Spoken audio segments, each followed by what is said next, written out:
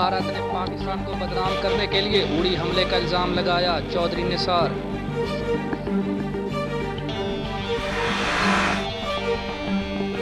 ऐसे अहकामात देकर जाऊंगा कि वापस करना मुश्किल हो जाए, वज़ीर आला सिंध।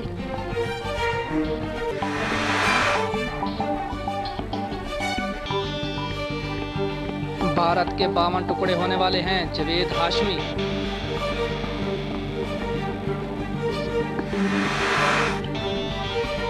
महकमा दाखिला सिंध ने मतलूब तरीन दहशतगर्दों की फहरिस्त तैयार कर ली।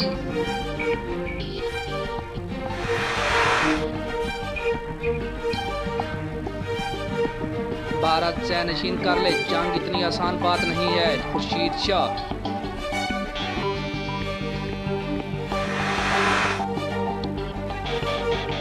पाक भारत कशीदगी, दोस्ती बसें खाली, मुसाफिरों की आमदोरफ्त में कमी।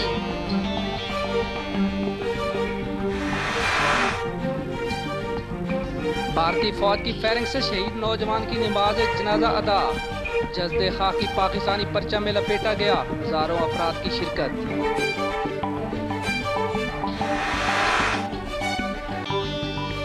कांगो वायरस स्प्रे, कुर्बानी का गोश्त वक्त से पहले खराब होने का इंकशाफ, फ्रीजर में पड़े पड़े ही बदबू छोड़ने लगा।